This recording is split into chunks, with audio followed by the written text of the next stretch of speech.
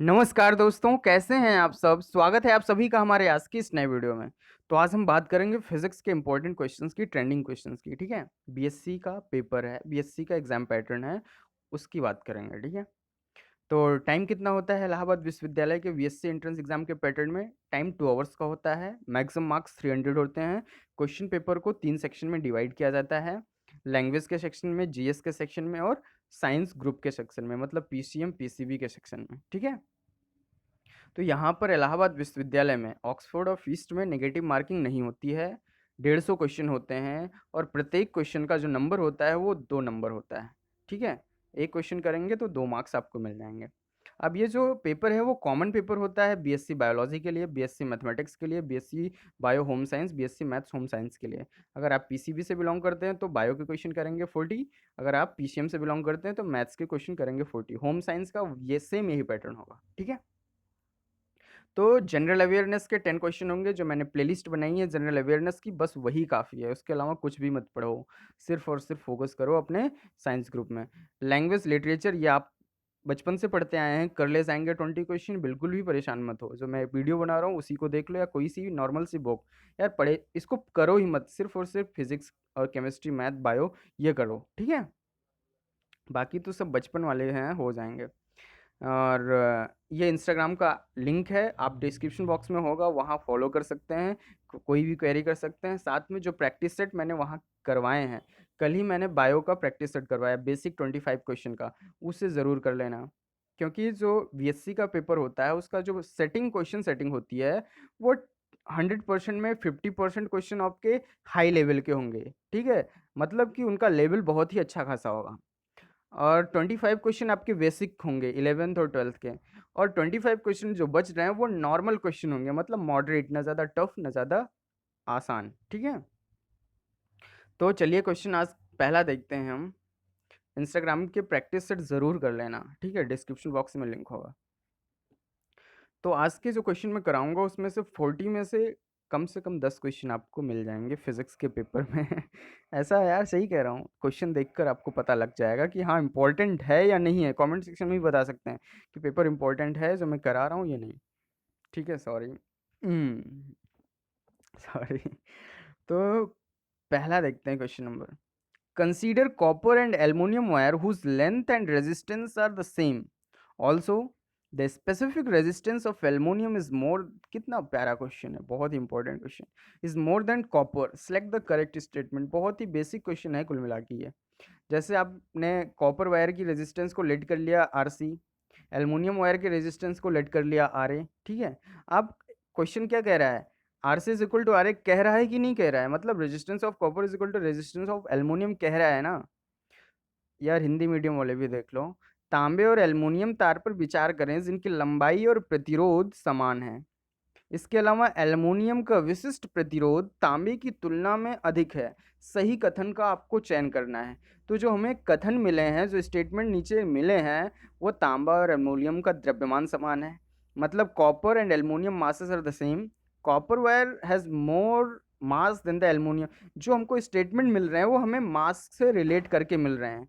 तो जो हमको बताया जा रहा है क्वेश्चन में R C is equal to R A, क्या उससे हमको मास से रिलेट करके कुछ मिलेगा? तो बिल्कुल नहीं मिलेगा। जब हम सॉल्व करेंगे, स्पेसिफिक रेजिस्टेंस जो है मतलब क्या है, एल्युमिनियम का ज़्यादा है किससे? कॉपर से। तो जब हम इसको सॉल्व करेंगे, after solving R C is equal to R A, तो हमको क्या मिलेगा? सिर्फ और सिर्फ डेंसिटी मिलेगी, मास का कुछ नहीं मिलने वाला है। इसलिए हम टिक किसे करेंगे कि यहाँ पर डी ऑप्शन टिक कर देंगे कि the information given is incomplete. यार मास के लिए कुछ कहा ही नहीं गया तो हम कैसे करेंगे? तो इन्फॉर्मेशन इनकम्प्लीट कर देंगे, ठीक है? मतलब जो जानकारी दी गई हुई है प्रश्न में वो अपूर्ण है, ठीक है ना? तो चलो क्वेश्चन नंबर 2 बहुत ही अच्छे क्वेश्चन है। क्वेश्चन नंबर 2 देखते हैं। Following is the graph which represents the thermo EMF of two different metals and which are joined into end. One end of the metal is kept at a constant temperature while the other end is heated at very high temperature. समझ रहे हैं बात को? निम्नलिखित वह graph है जो दो ग्राफ देख लो पहले, ये 4 ग्राफ है, और जो अबव क्वेश्चन में स्टेटमेंट है उसको ये कौन सा ग्राफ फॉलो कर रहा है उसको आपको टिक करना है। तो क्वेश्चन फिर से देखते हैं। निम्नलिखित वह ग्राफ है जो दो अलग अलग धातुओं के थर्मो ईएमएफ का प्रतिनिधित्व करता है, ठीक है, जो अंत से अंत तक जुड़े हुए हैं। धातु का एक सिरा स्थिर तापमान पर रखा जाता है, जबकि दूसरा सिरा बहुत अधिक तापमान पर गर्म किया जाता है। अब आपको करेक्ट ऑप्शन इसमें बताना है। करेक्ट ऑप्शन क्या है? करेक्ट ऑप्शन डी है। इसमें करेक्ट ऑप्शन डी है, क्योंकि जो थर्मो ईएमएफ होता है वो मैक्सिमम एट सम पॉइंट होता है। तो मैक्सिमम एट सम पॉइंट कहाँ है? यहाँ पर है ना। देखो यहाँ पर ई पहले वाले ग्राफ में भी आपको मैक्सिमम पॉइंट पे दिख रहा होगा, सी वाले ग्राफ में भी मैक्सिमम पॉइंट दिख रहा होगा, लेकिन उसके साथ साथ क्या कंडीशन है? इन्वर्जन टेम्परेचर भी होना चाहिए। इन्वर्जन टेम्परेचर भी दिखना चाहिए, जो कि हमको ऑप्शन डी में दिख रहा है। मैक्सिमम ई हमें डी ऑप्शन में दिख रहा है ना, ईएमएफ, और फिर उसके बाद इन्वर्जन कहाँ दिख रहा है? डी में ही दिख रहा है। तो करेक्ट ऑप्शन आपका डी होगा। ओके, क्वेश्चन नंबर 3 वाला देखते हैं। Following is the graph explaining, यार इसमें ग्राफ छूट गया मुझसे, सॉरी। इसमें ग्राफ भी एक था थर्ड वाले क्वेश्चन में, जो कि यहाँ पर नहीं दिया गया है, तो आप लोग समझने का प्रयास करना। Following is the graph explaining the variation of v with respect to क्या लिखा है? u for a mirror. What is the value of points above the marking p on the curve for values of v। तो हिंदी वाला है। दर्पण के लिए u के संबंध में v की भिन्नता को बताते हुए ग्राफ निम्नलिखित है। v के मान के लिए वक्र पर अंकन p के ऊपर बिंदुओं का मूल्य क्या है? तो अब इसमें ग्राफ आपको दिया नहीं गया, इसलिए थोड़ा सा समझ में कम आएगा, और वैसे भी पता होना चाहिए। थोड़ा हार्ड क्वेश्चन है, ठीक है, डिफिकल्ट क्वेश्चन नहीं है। At p is equal to क्या होता है? At p u is equal to v है, ठीक है। ये कब पॉसिबल है? जब u is equal to 2f होगा, तभी v is equal to u possible है, u is equal to v possible है, ठीक है। तो इसमें ग्राफ नहीं है, वरना हो जाता। तो इसमें करेक्ट ऑप्शन आपका लार्जर देन 2f होगा, ठीक है। क्वेश्चन नंबर 4 देखते हैं। What is the magnification produced by the plane mirror? ये जो थर्ड वाला क्वेश्चन था वो डिफिकल्ट कैटेगरी में आता है, ठीक है। What is the magnification produced by the plane mirror? ये सिंपल क्वेश्चन है। समतल दर्पण द्वारा उत्पन्न आवर्धन क्या है? तो क्या है वो? +1 है, ठीक है, +1 है। करेक्ट ऑप्शन बी है आपका। और +1 का मतलब क्या होता है? ये क्या सिग्निफाई करता है? +1 क्या सिग्निफाई करता है? इन कमेंट सेक्शन सबको बताना है कि मैग्निफिकेशन इज इक्वल टू +1 क्या सिग्निफाई करता है, और यहाँ जो पॉजिटिव साइन लगा है वो क्या सिग्निफाई करता है? कमेंट सेक्शन में बताइए फटाफट। क्वेश्चन नंबर 5 देखते हैं। The image formed by the convex mirror is 1 यहाँ पे 1/n होना चाहिए, 1n टाइम्स नहीं, 1/n टाइम्स, मतलब half n times the object and has a focal length f। What is the, घिसा पिटा क्वेश्चन है लेकिन बहुत ही इंपॉर्टेंट क्वेश्चन है, ज़्यादा पूछा जाने वाला क्वेश्चन है। What is the distance of object from the mirror? उत्तल दर्पण बनाई गई छवि वस्तु का हाफ n गुना है, और इसमें फोकल लंबाई क्या है? दर्पण से वस्तु की दूरी कितनी है आपको बताना है, ठीक है। फोकल लंबाई f है। तो करेक्ट ऑप्शन इसका कैसे निकलेगा? कैसे सॉल्व करेंगे इसको? इजी क्वेश्चन है, आप लोग कर लेंगे। आपको करना कुछ नहीं, m इज इक्वल टू क्या है? पॉजिटिव हाफ एन है ना, पॉजिटिव हाफ एन है, m इज इक्वल टू, तो f is equal to positive f हो जाएगा, ठीक है। u is equal to -u हो जाएगा। ऐसा क्यों हो रहा है? क्योंकि मिरर क्या है आपका? मिरर इज कॉन्वेक्स, इसीलिए ऑब्जेक्ट डिस्टेंस क्या हो जा रही है? नेगेटिव में हो जा रही है, u is equal to -u हो जा रही है। सो अब ऊपर की जो इक्वेशन मैंने बताई उसको सॉल्व कर लीजिए। Half n is equal to f plus u. Option आपका आंसर आ जाएगा, सॉल्व करेंगे तो u is equal to n-1 in bracket f आ जाएगा, ठीक है। तो करेक्ट ऑप्शन आपका बी हो जाएगा। क्वेश्चन नंबर 6 देखते हैं। Which of the following graph is correct when the real image distance v formed by a convex lens is measured for different object distance u? निम्नलिखित में से कौन सा ग्राफ सही है जब एक उत्तल लेंस द्वारा बनाई गई वास्तविक छवि दूरी v को विभिन्न वस्तु दूरी u के लिए मापा जाता है? तो इसमें कौन सा आपका ग्राफ जो सही दिख रहा है बताइए कमेंट सेक्शन में। मैं ही बता देता हूँ, लाइव थोड़ी चल रहा है। तो इसमें D is the correct option है, ठीक है। आप लोग देख लीजिए अच्छे से करिए। क्वेश्चन नंबर 7 देखते हैं। Calculate the amplitude for SHM simple harmonic motion using the equation x is equal to 3 sin 2pt। जो भी है ठीक है, तो ये हो जाएगा आपका करेक्ट ऑप्शन। क्या होगा, इसे सॉल्व कर लेना भाई। करेक्ट ऑप्शन 5 है। सब मैं नहीं कर सकता हूँ ना। क्वेश्चन नंबर 8 देखते हैं। What is the constant of a proportionality. ठीक है, व्हाट इज, ये इंपॉर्टेंट क्वेश्चन है, बहुत ही ज्यादा इंपॉर्टेंट है। क्वेश्चन नंबर 8 पर टिक कर लो, स्क्रीनशॉट ले लो, सॉल्व कर लो कॉपी में। What is the constant of proportionality of an oscillator if the damping force is directly proportional to the velocity. यदि थरथराने की शक्ति सीधे वेग से चलने वाली है तो ये क्या है ये सर। तो जो है करेक्ट ऑप्शन इसका क्या है, 8 का करेक्ट ऑप्शन आपको यहाँ फाइंड करना है। What is the constant of proportionality of an oscillator if the damping force is directly proportional to the velocity. तो डैम्पिंग फोर्स पता है क्या होता है? डैम्पिंग फोर्स क्या होता है और डैम्प्ड ऑसिलेशन क्या होता है, ये सब आपको पता होना चाहिए। जैसे डैम्प्ड ऑसिलेशन की बात करते हैं तो F is directly proportional to velocity होता है।